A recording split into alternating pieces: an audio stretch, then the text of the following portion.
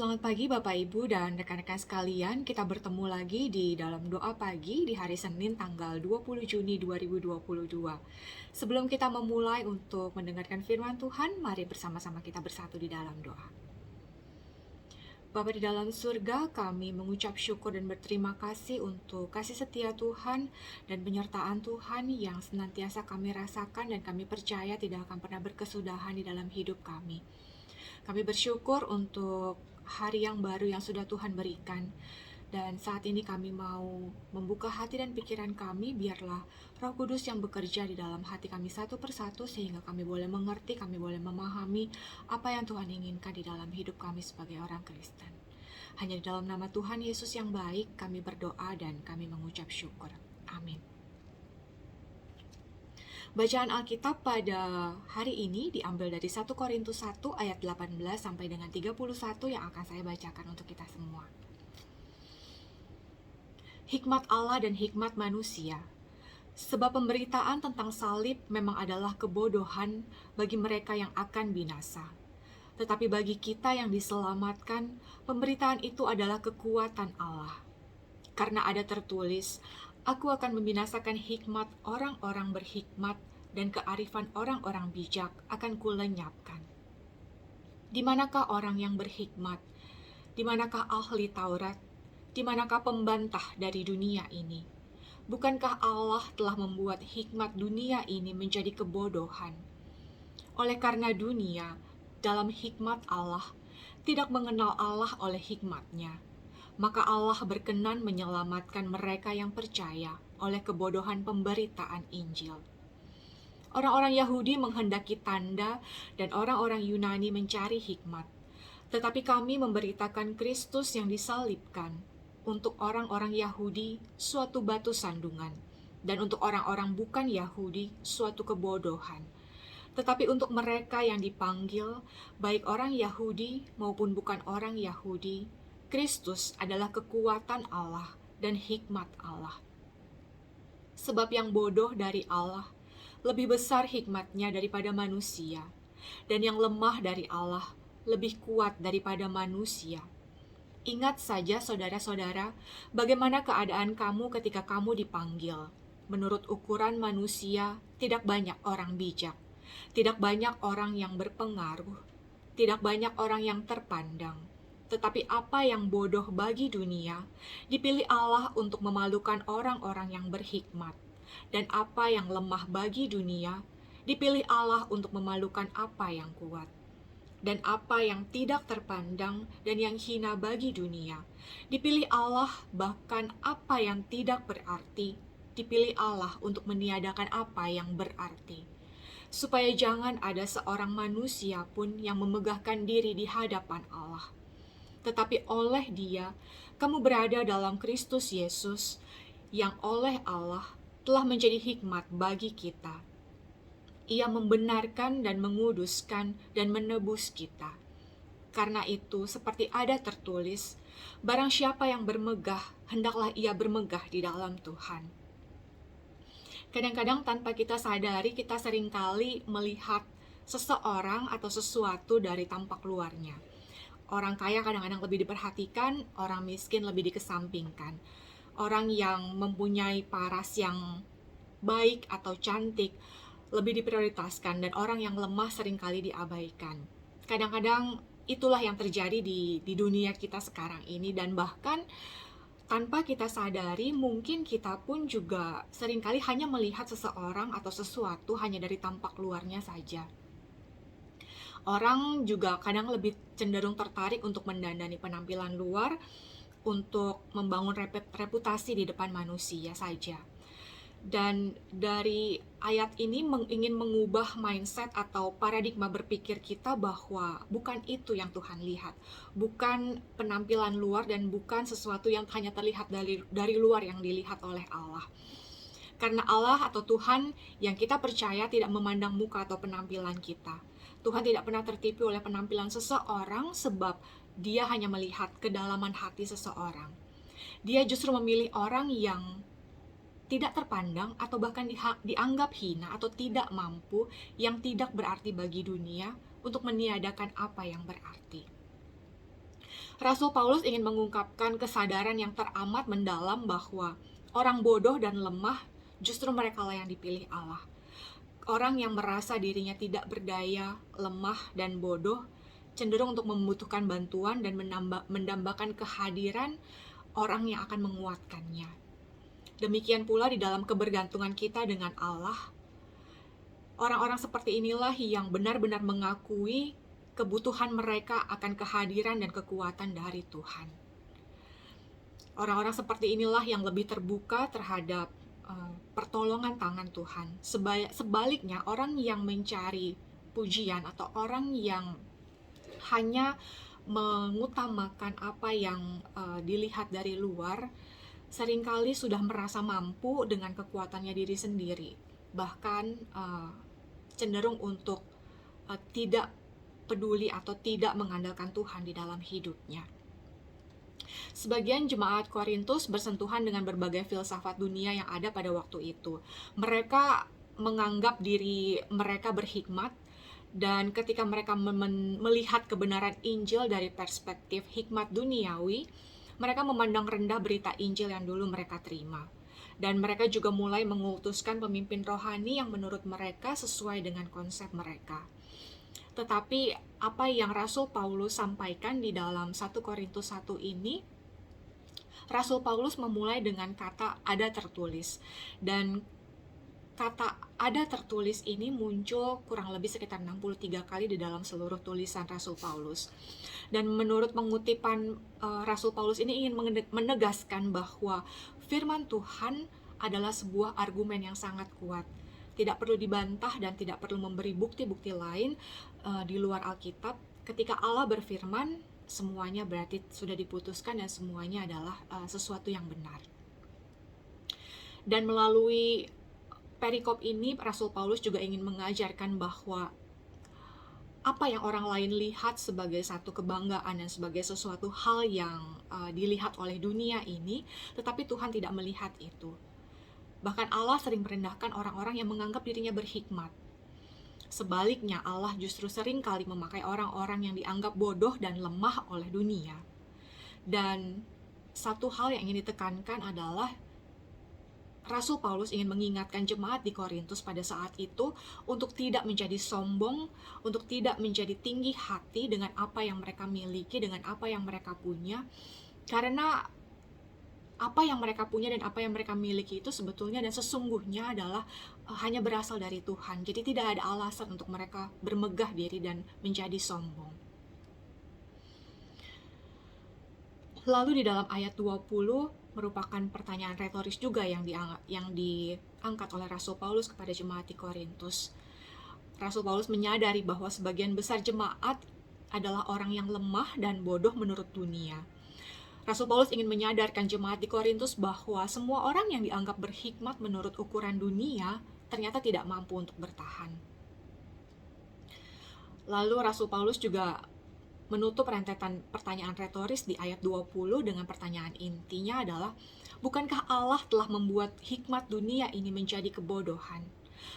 Penggunaan ungkapan hikmat dunia di dalam ayat ini bukan hanya menunjukkan jenis hikmat yang duniawi, tetapi juga kesementaraan dari hikmat ini. Rasul Paulus ingin menegaskan bahwa hikmat zaman ini bersifat sementara. Kenyataannya, Allah yang telah membuat hikmat ini menjadi suatu kebodohan. Lalu Rasul Paulus juga memberikan alasan kenapa hikmat dunia menjadi suatu kebodohan.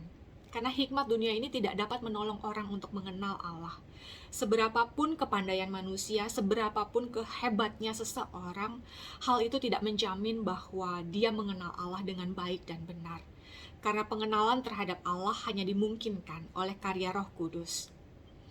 Lalu bagaimana mungkin orang yang berhikmat malah tidak mengenal Allah, sedangkan orang yang bodoh justru percaya kepadanya? Kuncinya terletak pada kata Allah berkenan menyelamatkan. Lalu dijelaskan lebih lanjut bahwa perkenanan Allah ini berhubungan dengan panggilan dan pilihan Allah terhadap orang-orang yang sudah dipilihnya. Dan konsep iman di dalam ayat 21 bukanlah sekedar persetujuan untuk intelektual belaka. Kalau hanya sekedar keputusan rasional, maka Tidak ada orang yang mau percaya pada kebodohan pemberitaan Injil, katanya. Iman di sini berarti penyerahan hidup dan penyerahan hati yang sungguh-sungguh kepada Allah. Dan pada saat itu jemaat Korintus terjebak pada hikmat duniawi dan mulai berani untuk menghakimi Injil yang sebenarnya telah melupakan satu fakta yang penting, bahwa mereka sudah dan telah diselamatkan melalui iman, bukan karena rasio atau bukan karena intelektual mereka. Lalu di dalam perikop ini juga dijelaskan mengenai konsep keselamatan melalui salib merupakan hal yang sulit diterima oleh orang-orang di Korintus pada zaman tersebut, baik bagi orang-orang Yahudi maupun untuk orang-orang Yunani. Bagi orang Yahudi, mereka selalu menuntut tanda ajaib. Konsep tentang Mesias yang disalibkan merupakan batu sandungan untuk mereka. Mereka mengharapkan Mesias yang perkasa, yang mampu menyelamatkan mereka dari tangan bangsa Romawi. Menurut mereka, kematian Yesus di kayu salib menunjukkan bahwa Dia atau Tuhan tidak mampu menyelamatkan dirinya sendiri. Bagaimana bisa untuk menyelamatkan orang Yahudi? Dan lebih jauh lagi, kematian di atas kayu salib pada zaman itu merupakan bukti bahwa orang tersebut terkutuk dan di hadapan Allah dan juga manusia. Di sisi lain, orang-orang Yunani menyukai hikmat. Mereka melihat berita salib sebagai kebodohan. Sebagian dari mereka mungkin mempercayai konsep seorang dewa yang menjadi manusia, tapi konsep yang mereka pegang berbeda dengan inkarnasi Yesus. Dewa yang menjadi manusia menurut mereka tidak mungkin untuk mengalami kematian. Di samping itu, kematian di atas kayu salib pada saat itu hanya dikhususkan untuk para penjahat yang sangat-sangat melakukan kejahatan yang luar biasa gitu ya. Bagaimana bisa Allah menjadi manusia tetapi mati dengan cara disalib? Jadi semua ini jelas sulit diterima oleh orang Yahudi. Konsep salib ini tidak mudah dan sangat sulit sekali untuk diterima baik bagi orang Yahudi dan juga orang Yunani. Meskipun manusia pada zaman itu menuntut tanda dan hikmat gitu ya, atau mungkin di zaman sekarang pun ada juga orang-orang yang ingin menuntut tanda dan hikmat, tapi Tuhan atau Allah tidak mau untuk berkompromi. Jalan keselamatan harus tetap melalui salib dan hanya oleh salib. Inilah yang diberitakan oleh Rasul Paulus. Lalu apakah berarti bahwa pemberitaan Injil adalah perkataan kosong atau hanyalah konsep yang tidak rasional? Sama sekali tidak.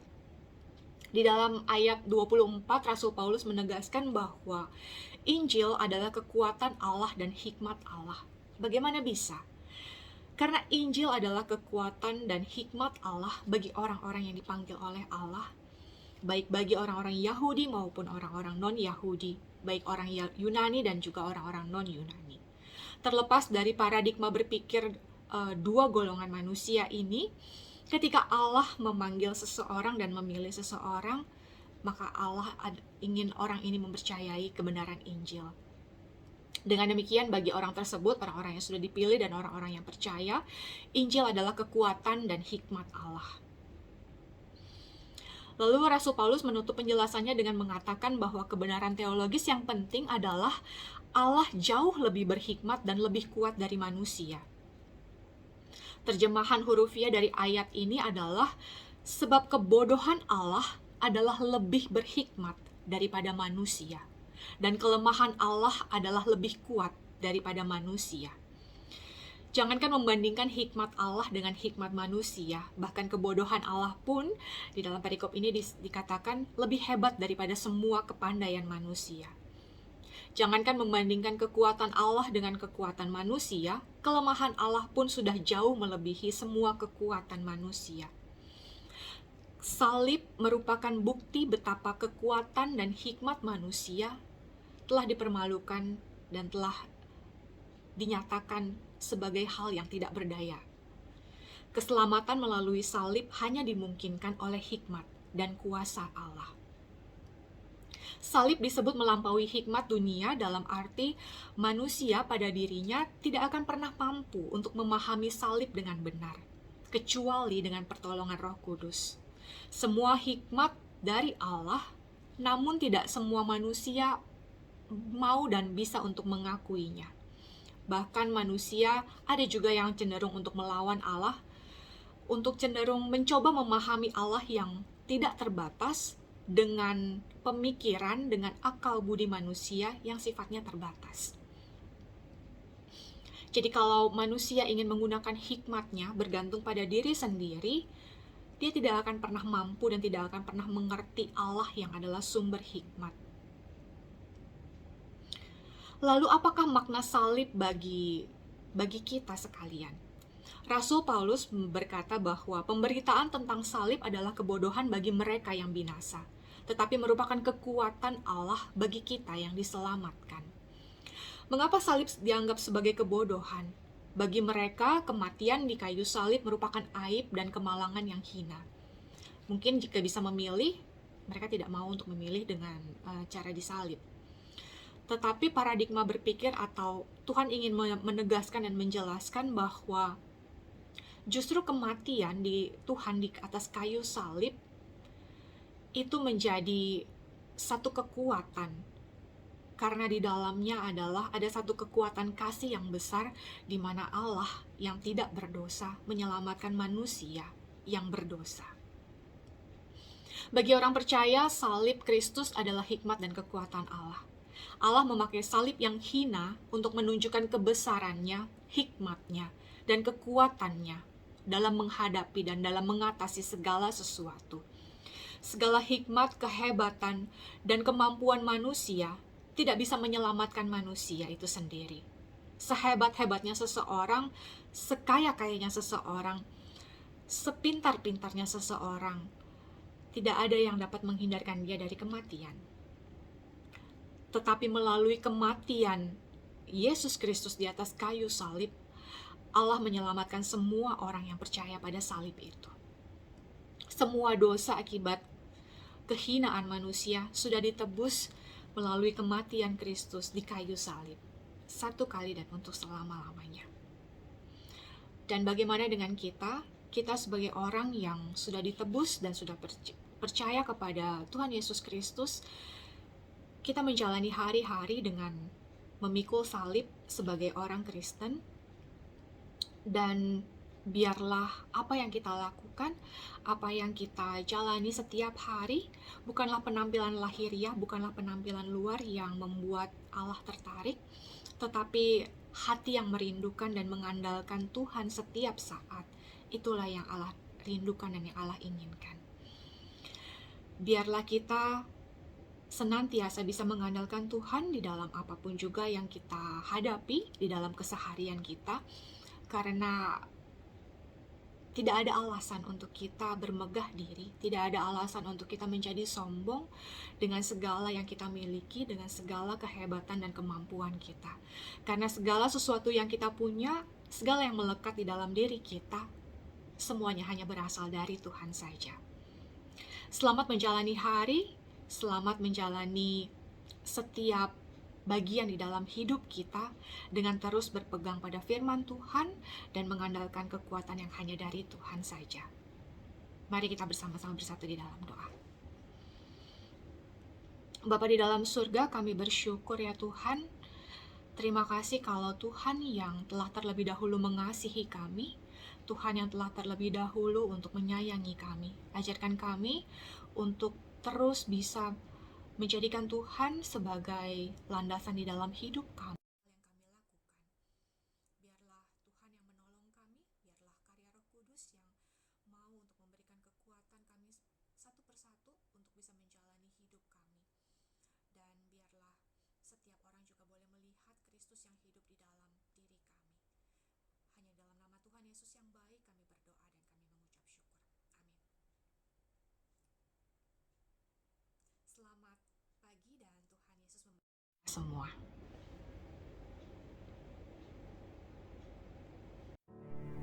Bagi Bapak Ibu yang memiliki pergumulan khusus dan ingin didoakan, bisa menghubungi rekan-rekan pendeta di nomor berikut.